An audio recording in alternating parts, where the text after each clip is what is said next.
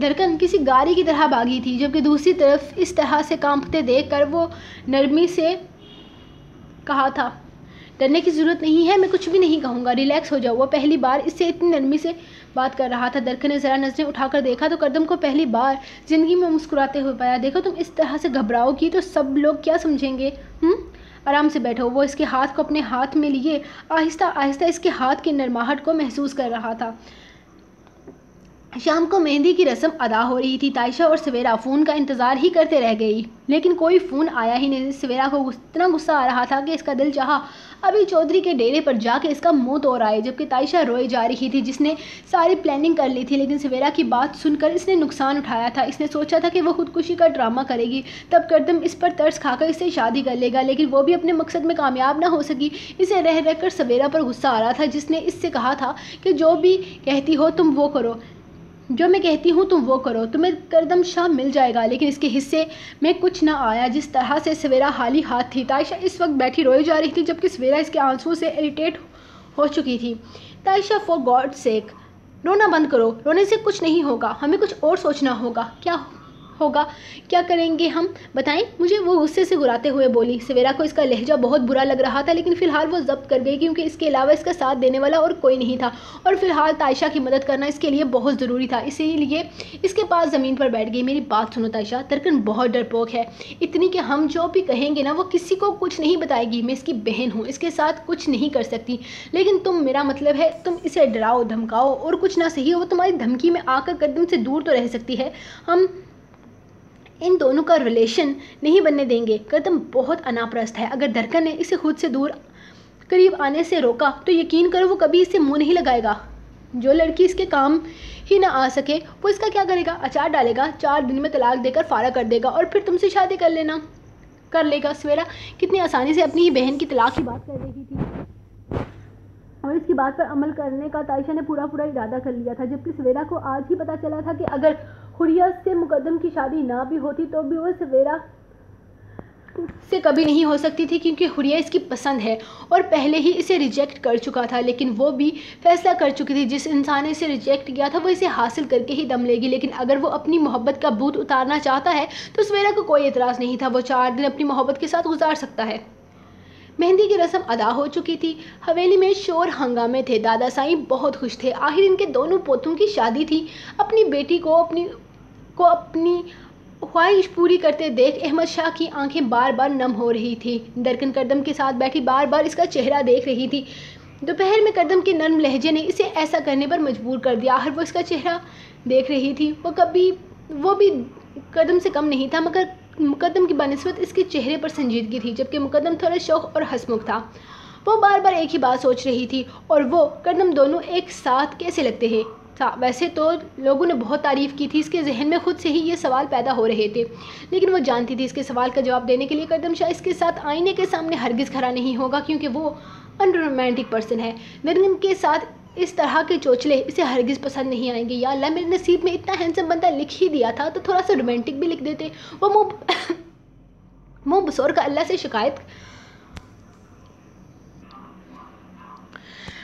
شکایتیں کر رہی تھی، جبکہ دوسری طرف ہر گزرتے لمحے کے ساتھ مقدم شاہ اس محفل کے ختم ہونے کا انتظار کر رہا تھا، کیونکہ اس کے بعد حریہ اس سے ملنے آنے والی تھی اور اسے یقین تھا کہ اب وہ ہرگز انکار نہیں کرے گی۔ حریہ کو ملنے آنے کا کہنے کے بعد وہ دھمکی بھی دے چکا تھا کہ نہ آنے کی صورت میں وہ خود اس کے کمرے میں آ جائے گا، اور اسے یقین تھا کہ وہ کبھی اسے اپنے کمرے میں نہیں آنے دے گی، لیکن ہاں، یہ رسم جو ختم ہونے کا نام ہی نہیں لے رہی تھی۔